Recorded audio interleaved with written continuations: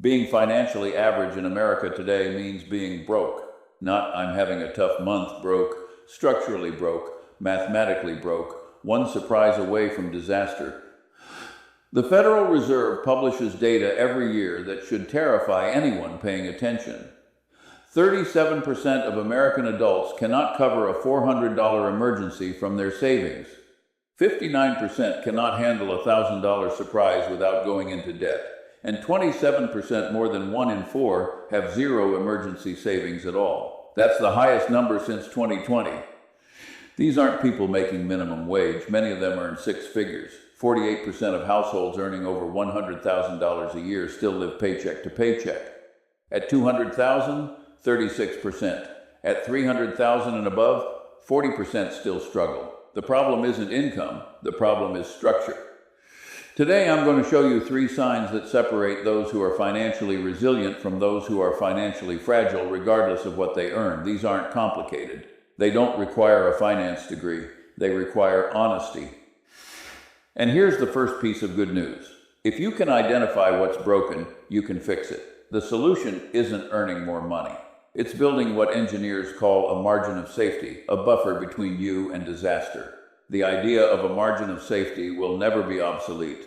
In engineering, you build bridges to handle far more weight than they'll ever carry. In personal finance, you build your life to handle far more stress than you expect to face, because life doesn't care about your expectations. Let me give you the 3 signs. If you have even one of these working in your favor, you're already ahead of most people. If you have all 3, you're in rare air. The first sign you're above average is having cash you can access in 24 to 48 hours without borrowing from anyone. Not equity in your home, not money in a retirement account you'd pay penalties to access, and not a credit card with available balance. Cash, liquid, ready. This sounds basic because it is basic, and that's why it's so revealing. The scary statistics I mentioned earlier, the 37% who can't handle $400 and the 59% who can't handle $1,000, tell a specific story about most American households operating without any margin for error. When there is no margin for error, you don't have a plan, you have a hope. Think about it this way. If your car breaks down tomorrow, do you pay the repair bill from savings or do you finance it? And if you lose your income for 60 days, do you adjust your lifestyle or do you panic? These aren't hypothetical questions, but diagnostic ones, and your answer reveals whether you're financially structured or financially fragile. Warren Buffett once compared cash to oxygen and said something I've never forgotten. Cash is like oxygen. It's there all the time, but if it disappears for a few minutes, it's all over. He wasn't talking about hoarding money under your mattress, but about the structural importance of liquidity, of having resources available when you need them, rather than when it's convenient to access them. $30 billion in cash sits at Berkshire Hathaway at all times as a minimum requirement, not because they're afraid, but because they understand that opportunities and disasters both require the same thing: ready capital. When the 2008 financial crisis hit, most people were scrambling to survive while Berkshire invested $5 billion in Goldman Sachs and $3 billion in General Electric on favorable terms because they had cash when others needed it. That's not luck. That's structure. You don't need $30 billion, but you do need enough that one broken appliance, one medical bill, or one unexpected expense doesn't send you into debt. Here are the 3 levels. Level 1 means having 1 month of expenses in accessible cash, which puts you ahead of the 27% who have nothing. It's not enough, but it's a start. Level 2 means having 3 months of expenses, which is where you cross into above average territory because the Federal Reserve data shows that only about 55% of adults could cover 3 months of expenses by any means, including borrowing. Having 3 months in actual savings puts you in the top half immediately.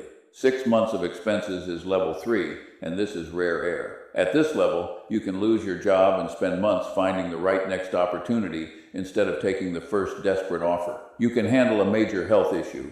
You can survive a recession. Here's the principle behind this. An emergency fund isn't an investment but insurance against stupidity and bad luck. And the returns on that money aren't measured in percentage points, but in options that desperate people don't have. There's a reason the first real milestone matters so much. The first $100,000 is the hardest money you'll ever accumulate, not because of math, but because of habit.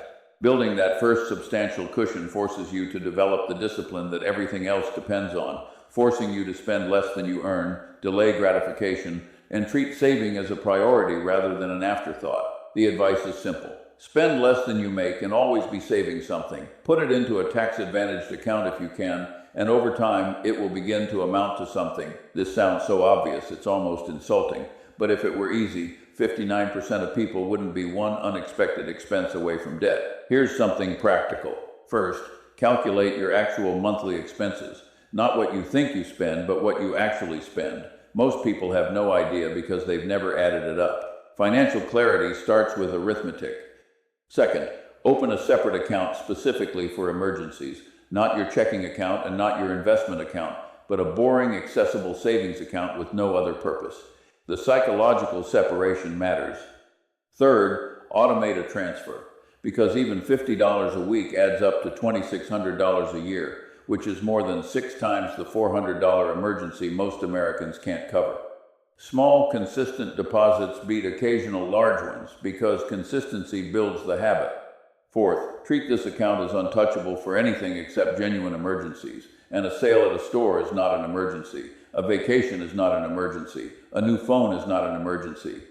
A broken furnace in January is an emergency, and a sudden job loss is an emergency. The goal isn't to feel rich, but to never feel desperate. The second sign you're above average is that your life runs on low fixed costs, and you can downshift fast if you need to.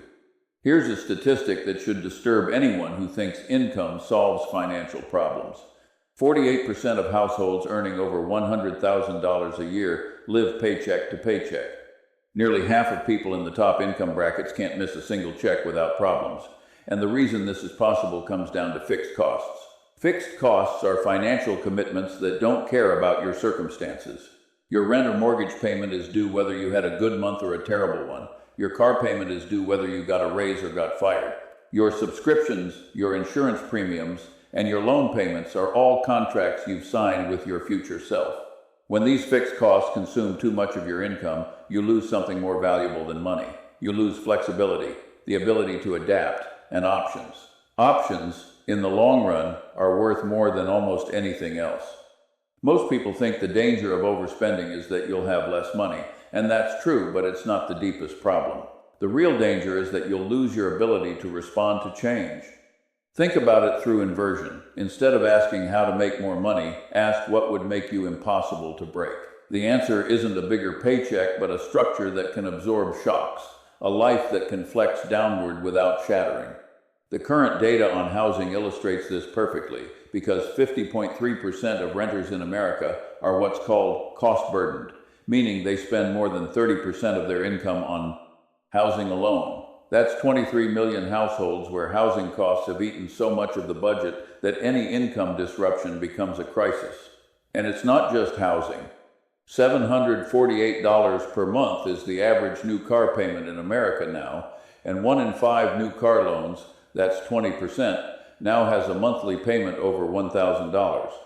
The average loan term stretches to 69 months, nearly 6 years of payments for a depreciating asset. When you add housing, transportation, insurance, and basic necessities, the typical American household has committed approximately 76% of their spending before they make a single discretionary choice. That's not a budget, that's a trap. Here's a framework that might help. Look at your fixed costs, which include housing, transportation, insurance, debt payments, subscriptions, and anything you've contractually committed to pay regardless of what happens. Add them up. If those fixed costs consume more than 50% of your take-home pay, you're vulnerable because you don't have enough flexibility to absorb a job loss, a pay cut, or an economic downturn. If those fixed costs are under 50%, you're in decent shape and can tighten your belt if needed.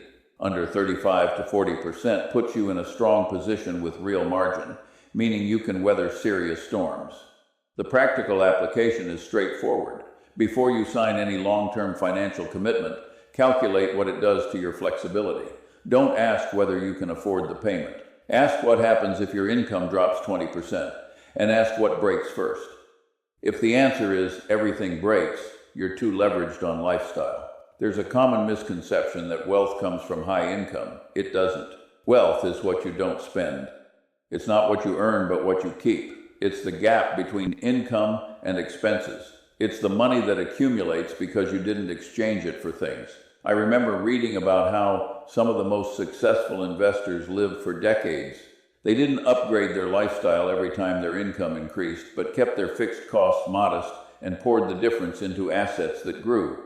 One example I find instructive involves a man who practiced law for 13 years with total earnings of $300,000 over that entire period, and at the end of those 13 years he had a house, 2 cars, and $300,000 in liquid investments.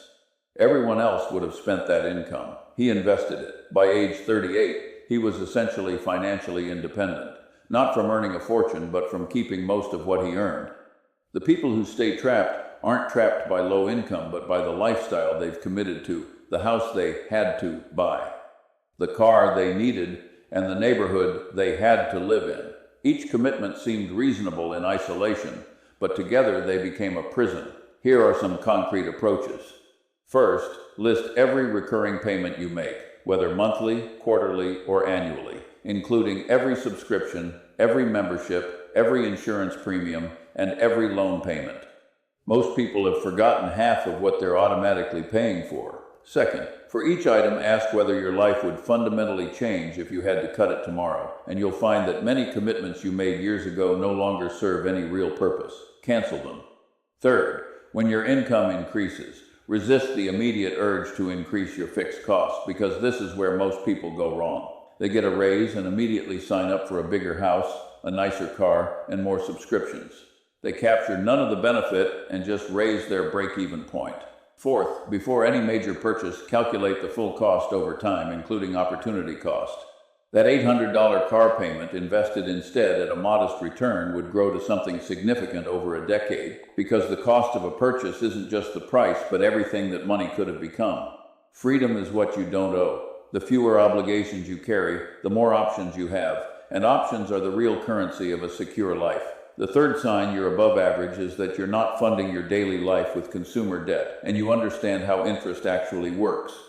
There's a distinction that's often blurred, and it's between two kinds of debt. The first kind might be called productive debt, which is debt tied to an asset that can generate income or appreciate in value. A mortgage on a reasonably priced home that builds equity fits this category, as does a loan to start a business with a clear path to profitability. These involve risk, but they're calculated risks tied to something real. The second kind is what I'll call destructive debt. Credit card balances that roll over month to month, personal loans for vacations or consumer goods, and buy now, pay later schemes for things you couldn't afford to begin with. This kind of debt has no asset attached because it's borrowing to consume, then paying interest on consumption that's already gone. The data on destructive debt in America is genuinely alarming. $1.233 trillion. Trillion with a T. That's what total credit card debt has reached. The average household carrying a balance owes over $11,000, and the average interest rate sits at 22.3%. 22% interest on money borrowed to buy things that have already been used up or discarded. There's a principle that every serious investor understands. Never interrupt compounding unnecessarily. Compounding is the mathematical force that turns small amounts into large amounts over time, and it's how ordinary people become wealthy, not through spectacular gains, but through patient, consistent growth over decades. But here's what most people don't understand. Compounding works in both directions. When you invest money and earn returns on those returns, compounding is your ally. But when you carry debt at high interest rates, compounding becomes your enemy. You're paying interest on interest, and the hole gets deeper every month you don't fill it. At 22% interest, debt doubles roughly every 3 to 4 years if you make only minimum payments. A $5,000 balance becomes $10,000, 10 becomes 20. A manageable balance becomes a permanent drain on your financial life. The advice is blunt. Once you get into debt, it's hell to get out.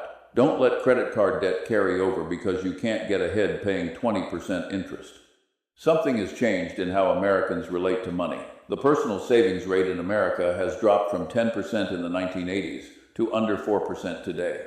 During the pandemic, when people couldn't spend, savings briefly spiked to nearly 34%, and as soon as things opened up, it collapsed back down. Consumer debt has exploded in the meantime. $18.59 trillion is the current total household debt, a record high. And the fastest growing category isn't mortgages or car loans, but credit cards and buy now, pay later schemes. Buy now, pay later usage has grown so quickly that nearly 1 in 6 American adults now uses these services. The average loan is only about $135, but 24% of users have made a late payment. The data suggests this isn't helping people manage cash flow, but helping them spend money they don't have on things they can't afford. Part of what's driving this is psychological. There are documented patterns in how humans are manipulated into spending.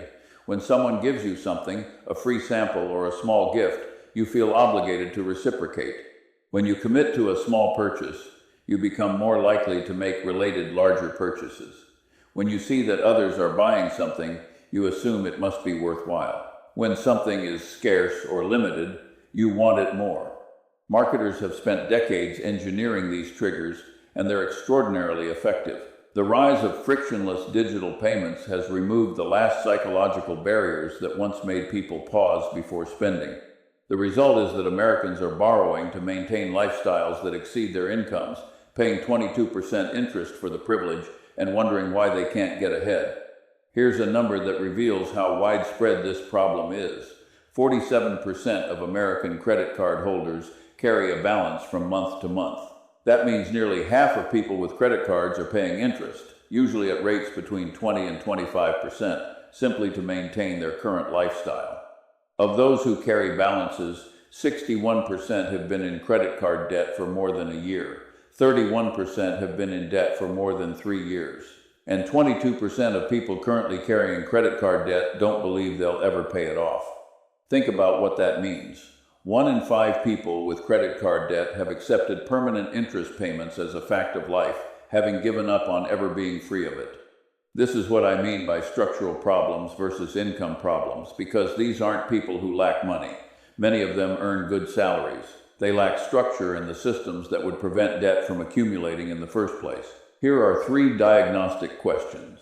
First, do you carry a credit card balance month to month? Because if so, you're paying 22% interest to maintain your current lifestyle, and every month that balance persists, you're falling further behind. Second, do you pay interest to look normal, financing things like cars, furniture, vacations, and electronics, not because you need them, but because everyone around you has them? Interest payments to maintain appearances are the most expensive way to feel adequate. Third, could you pay off all consumer debt within 90 days if you got serious? Because if the answer is yes, you're in a manageable position. And if the answer is no, you've let the problem grow past the point of easy correction.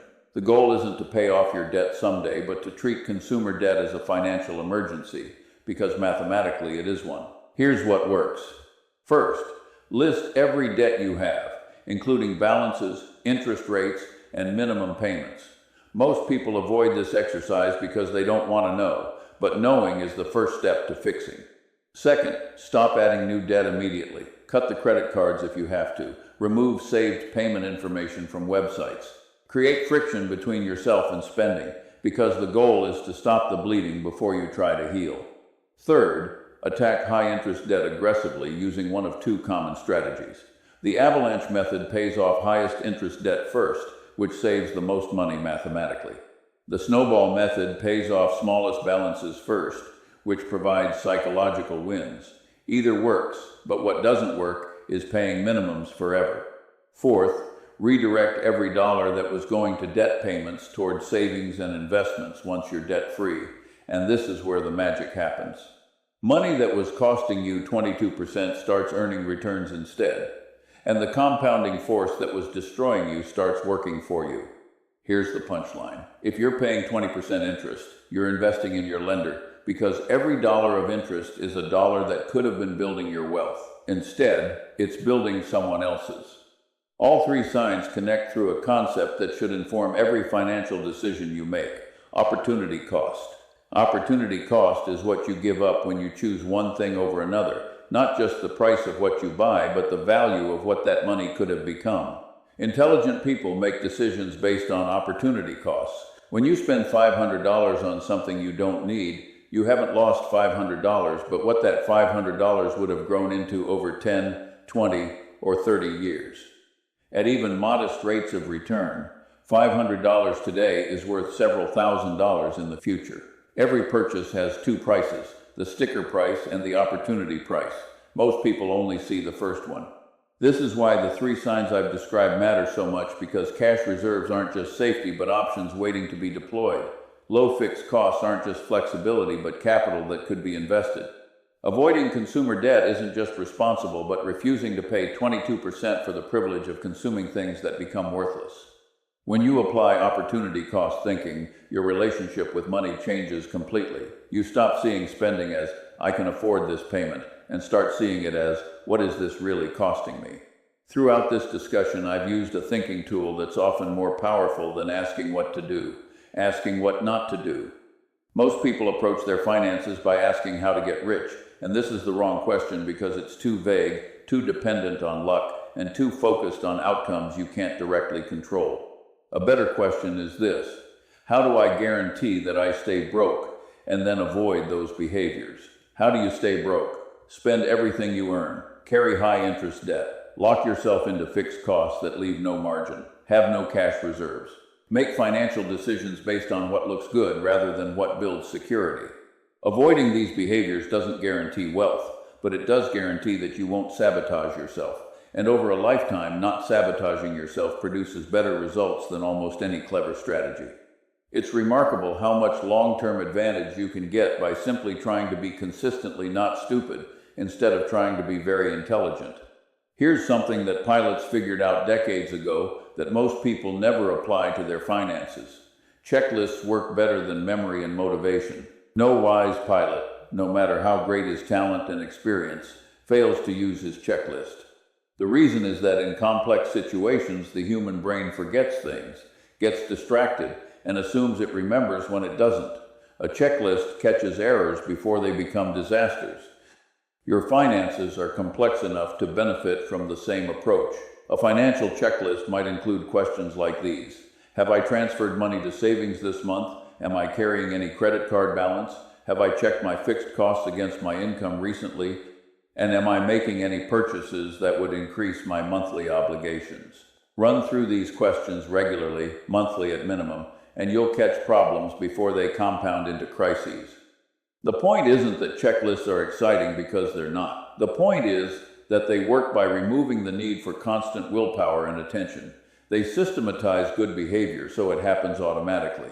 Systems beat motivation every time. One more principle that connects everything: don't try to get fancy. You have to figure out where you've got an edge, where you understand things, and where your judgment is reliable. Then stay within that circle. In personal finance, this means you shouldn't try to get rich through exotic investments, complicated strategies, or things you don't understand. Get rich by mastering the basics and being consistent for decades. The three signs I've described are all basics: cash reserves, low fixed costs, and no consumer debt. None of them are sophisticated, and none of them require special knowledge or access. That's the point. The people who succeed financially over the long term aren't usually doing anything clever, but doing simple things consistently for a very long time. They're avoiding the mistakes that destroy others. They're being patient when everyone else is impatient. They're being boring when everyone else is being exciting. Knowing what you don't know is more useful than being brilliant. Here's what financial resilience actually looks like in practice. Picture someone earning $75,000 a year. Not rich, not poor, solidly middle class. This person keeps their fixed costs under 40% of take-home pay, drives a reliable used car paid off in full, and rents a modest apartment or has a mortgage that doesn't stretch their budget. They've automated a transfer to savings each pay period, and over 3 years have built up 6 months of expenses in cash reserves. They have one credit card they use for convenience and pay off in full every month, with no car loans, no personal loans, and no buy now, pay later accounts. When a coworker gets laid off, this person adjusts their budget slightly but doesn't panic. When the car needs an unexpected repair, they pay from savings. When a recession hits and their company cuts hours, they reduce spending temporarily and wait it out. Now compare this to someone earning $120,000, 60% more income, who has committed to a large mortgage, 2 car payments, and carries $8,000 in credit card debt. When anything goes wrong, they're immediately in crisis mode because their high income is entirely consumed by high obligations. The person earning less is wealthier in practice because they're more secure, have more options, and experience less financial stress. Being above average isn't about income, but about the gap between what you earn and what you've committed to spend. I'll share an example that's always stuck with me. There was an investor, extraordinarily successful over a long career, who lived in the same modest house for 7 decades. During heat waves late in his life, friends brought electric fans and bags of ice because the house had no air conditioning. He drove an 11-year-old Toyota Camry into his 90s, and his idea of traveling in style was an air-conditioned bus, but only when bargain fares were in effect. Someone with billions of dollars living this way wasn't miserly, but had thought deeply about what actually produces happiness and what doesn't. Mega mansions, he observed, almost always make their owners less happy rather than more. They're expensive to maintain, complicated to manage, and create problems that didn't exist before. The same logic applies to most luxury consumption. This isn't advice to live like an ascetic, but an observation that happiness and spending are far less correlated than advertisers want you to believe. The people most obsessed with looking rich are often the most financially fragile, while the people who look ordinary often have the most security. Debt is more dangerous than most people understand, and here's why I want to address this directly. There's a pattern throughout financial history where smart people, genuinely brilliant people, go broke. Almost every time the cause is the same: borrowed money. You can almost never go broke without borrowed money being in the equation. Consider the story of long-term capital management, a hedge fund founded in the 1990s by some of the smartest people in finance. The team included a legendary Wall Street trader and 2 Nobel Prize winners in economics. For 3 years, they produced stunning returns, 21%, then 43%, then 41%. It seemed like they had discovered a money-printing machine. What happened in 1998 was unexpected. The Russian government defaulted on its debt, and their positions moved against them. Because they had borrowed so heavily, at times more than 200 times their actual capital, a relatively small adverse move wiped them out. Their equity fell from $2.3 billion to $400 million in 3 weeks. 16 of the smartest people you could put in one room, with more IQ than almost any business in the country, they blew up anyway. Not because they were stupid, because they were leveraged. Here's what Buffett said about it afterward. To make money they didn't have and didn't need, they risked what they did have and did need. That is just plain foolish. It doesn't matter what your IQ is. The same principle applies to personal finance, just at a smaller scale.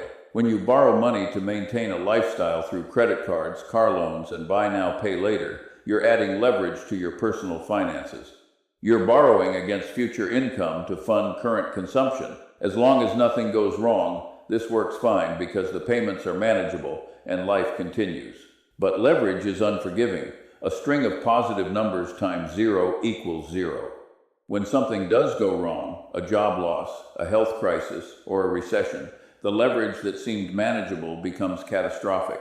This is why avoiding consumer debt isn't just about saving money on interest, but about maintaining resilience and ensuring that one bad break doesn't cascade into total financial collapse. There is no such thing as a 100% sure thing, which means the use of leverage is dangerous.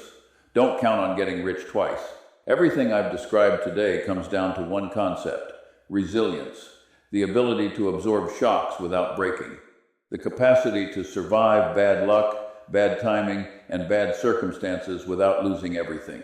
Life will have terrible blows in it, horrible blows, unfair blows. It doesn't matter. Some people recover and others don't. The difference isn't usually talent or intelligence, but structure. The people who recover had built margin into their lives, had cash when they needed it, had flexibility in their costs, and had no debt eating them alive from the inside. The people who don't recover lack those things. They were living at the edge of their capacity, and when the edge was tested, they fell off. Here's the mindset shift that makes everything else possible. The goal isn't to look rich, but to be hard to kill financially. Looking rich and being financially secure are often opposites because the person in the luxury car may be 3 payments away from repossession, while the person in the sensible sedan may have 6 months of expenses in cash and a growing investment portfolio. You don't have a lot of envy, you don't have a lot of resentment, you don't overspend your income, you stay cheerful in spite of troubles, you deal with reliable people, and you do what you're supposed to do. These things work. They lead to good outcomes. The people who win over decades aren't the flashiest, but the most patient, the most consistent, and the most boring. Here are the 3 questions to end on. First, if something went wrong tomorrow, a car breakdown, a medical bill, or a sudden expense, do you have cash ready or would you need to borrow? And if you'd need to borrow, your first priority is building that buffer. Second, if your income dropped 20% next month, could you adjust or would something immediately break? And if something would break, you've committed too much to fixed costs. Your priority is reducing those commitments. Third, are you carrying consumer debt like credit cards, personal loans, or buy now, pay later balances that's costing you 15, 20, or 25% interest? And if yes, you're compounding in the wrong direction. Your priority is eliminating that debt. Most people won't address any of these. They'll keep living exactly as they have been, hoping nothing goes wrong, hoping income will eventually catch up to spending, hoping the math somehow works out. Hope is not a strategy. But if you're still watching, you're probably not most people. You're probably someone who's willing to look honestly at their situation, willing to make uncomfortable changes, and willing to prioritize security over status. That willingness puts you ahead of nearly everyone. The path forward is simple, even if it isn't easy. Start saving something, anything, because even a small amount that's automated and consistent will accumulate faster than you expect. Stop adding fixed costs, and before you commit to any new recurring expense, calculate what it does to your flexibility. Learn to say not yet, even when you can technically afford the payment. Eliminate destructive debt by stopping balances from carrying over, paying off high-interest obligations as aggressively as you can, and redirecting those payments toward building wealth once the debt is gone. You don't need to be brilliant to do these things. You don't need special knowledge or access or luck. You just need to be consistently not stupid for a long period of time. Assume life will be tough. Then ask if you can handle it. Build the structure that ensures you can.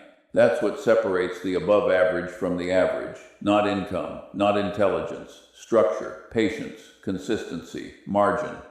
Build those things and you'll be fine. Probably better than fine. You'll be one of the rare ones who can sleep peacefully no matter what the economy does, what the markets do, or what surprises life delivers.